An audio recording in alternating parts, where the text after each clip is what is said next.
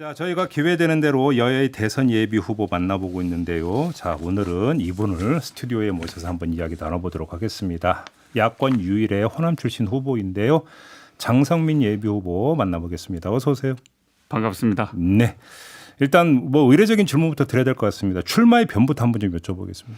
출마의 변은 원래 뭐 제가 초등학교 때부터 꿈을 꾸고 있었기 때문에 대통령 꿈을 꾸셨습니까? 네. 그래서 뭐 꿈이 있었기 때문에 그 꿈을 그런데 이제 20대 때 이제 김대중 대통령을 정치 일찍 들어가서 입문해서 배우고 네. 저로서는 이제 근본적으로 정치의 핵심은 통일 한국 대한 강국을 만드는 거다. 근데 지금 상황에서는 4차 산업혁명 시대가 왔기 때문에 네.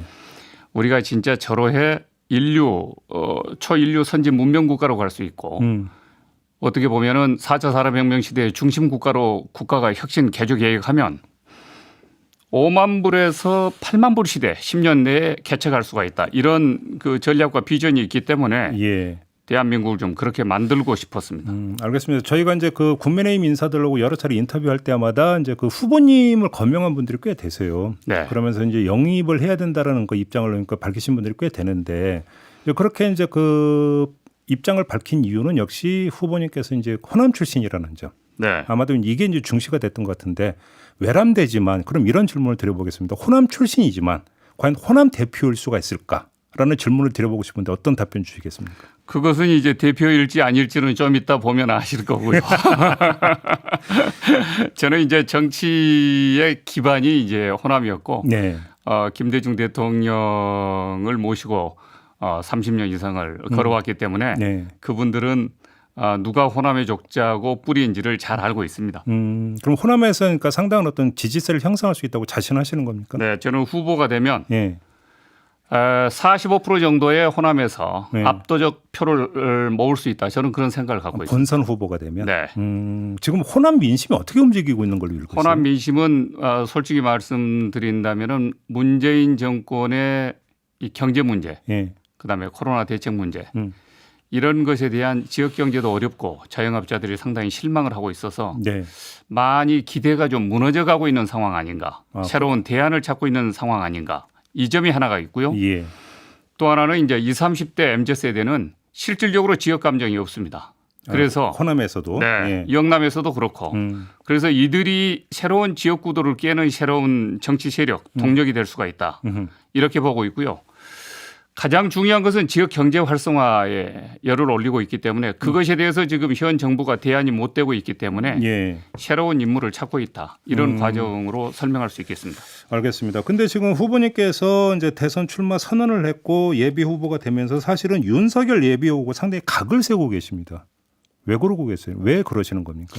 제가 봤을 때 각을 세운다라는 것보다는 네, 우리가 일반적으로 생각해 봤었던 민주주의, 네. 공정, 예. 원칙, 예. 국민, 국익, 국가, 공익 이런 거에 대한 어떤 가치에 대한 이 신념이 상당히 약한 것 같고. 아, 그래요? 예, 저는 개인적으로 봤을 때 법치주의, 뭐 공정과 정의의 어떤 한때나마 상징이었다고 생각을 했는데 당연히 법 집행자고 법치주의자이기 때문에 모든 것을 원칙과 법치에 상당히 이 강한 열정을 갖고 있을 걸로 생각했단 말입니다. 예. 그런데 정치권에 들어와서 이렇게 하는 거 보니까 이게 법치주의가 아니라 무슨 과거 구태의 무슨 건달식 무슨 도저히 뭐 내 마음에 맞으면 하고 내 마음에 안 맞으면 안 하고 공당 자체가 이제 국민의 대변 기관인데 마음에 들면 오고 마음에 안 들면은 원칙도 흔들어 버리고 이런 걸 보면서 이게 상당히 제가 생각했었던 그 선입견이 좀 잘못됐구나. 대표적인 케이스로 전 국민들이 지금 코로나와 사투 중에 있지 않습니까? 대전에 가서 치맥집에 들어가서 코로나 방칙 수칙도 어기고 네네. 그런 상황에서 뭐 치맥집 주인 되신 분이 경찰에 신고를 한다든지 네, 그런 일이 있었죠. 아니면 갑자기 뭐 이 저녁에 번개팅을 하자 그렇게 해가지고 2인 이상 저녁을 할 수 없는 자리를 가질 수 없는 그런 상황임을 모르고 있다가 번개팅을 취소한다든지 이런 것들을 보면은 이게 원칙과 법의 뭐 이 법치에 대한 어떤 준칙성이 굉장히 약하구나. 어. 이게 민주주의가 아니고 이게 건달주의구나. 이런 생각을 많이 갖게 된 거죠. 지금 건달이라는 표현을 2번 쓰셨어요. 네, 그러니까 그 용어에 확신하십니까? 그렇습니다. 제가 보기에는 이 자유당식 건달주의 정치를 하고 있다. 이렇게 생각이 되는 거죠. 그 표현을 많이 쓰신 걸로 잘 가는데 윤석열 캠프에서 항의 없었습니까? 그건 모르겠습니다. 그런데 이제 그런 부분들에 대해서 항의가 있다면은 토론을 하면 되는 거죠. 왜 그렇게 생각을 하냐. 알겠습니다. 지금 어제 불거진 이른바 청부 고발 의혹이 터져 나오지 않았습니까? 네. 지금 후보님께서는 이 사안의 성격을 어떻게 보고 계세요? 저는 이 문제는 우선 사실이라면 예. 윤석열 후보에게는 아주 엄중한 이 사태다. 음. 야당에게도 엄중한 사태고 예. 무엇보다도 이 정권 교체를 갈망하는 거대한 그 흐름에 이 블랙홀 현상을 가져올 수가 있다. 아, 그 정도다. 네, 아주 치명적일 겁니다. 예. 그래서 저는 이런 것들이 사실이 아니길 예. 간절히 바라고 있지만 예.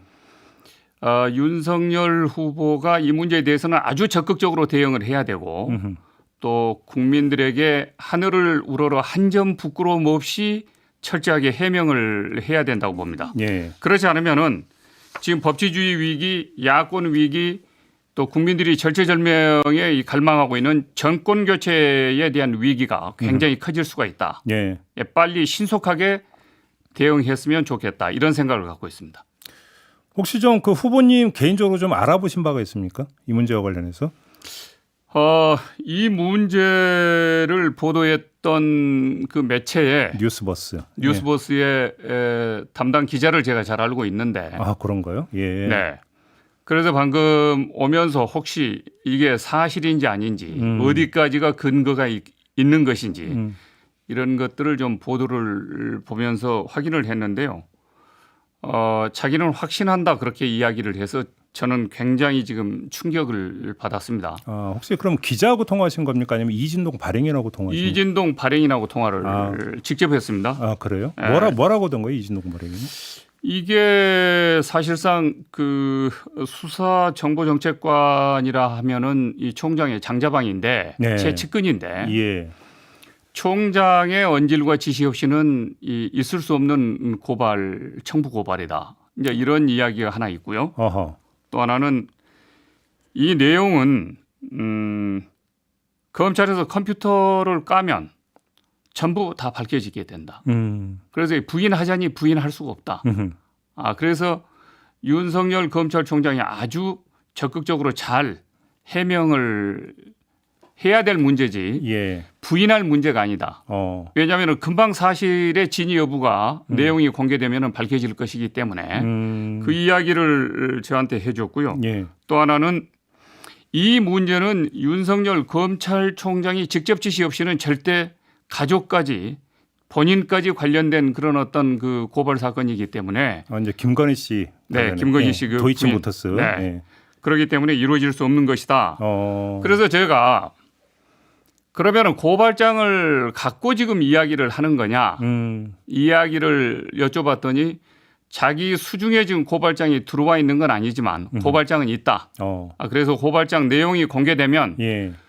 윤석열 총장이 지금처럼 부인하고 갈 수 없는 내용임이 다 드러날 것이다. 여기까지 이야기를 해서 이건 야당의 이준석 당 지도부도 이 문제에 대해서는 엄중하게 생각을 해서 빨리 이 긴급한 대응을 전개해야 될 것 아닌가 이런 생각이 들었습니다. 어제 이준석 대표는 큰 문제 안 될 거다라고 이야기를 했는데 이게 되게 안이한 대처라고 보시는 겁니까? 제가 봤을 때는 맨 처음 시작됐을 때는 정치 공세 아니겠나.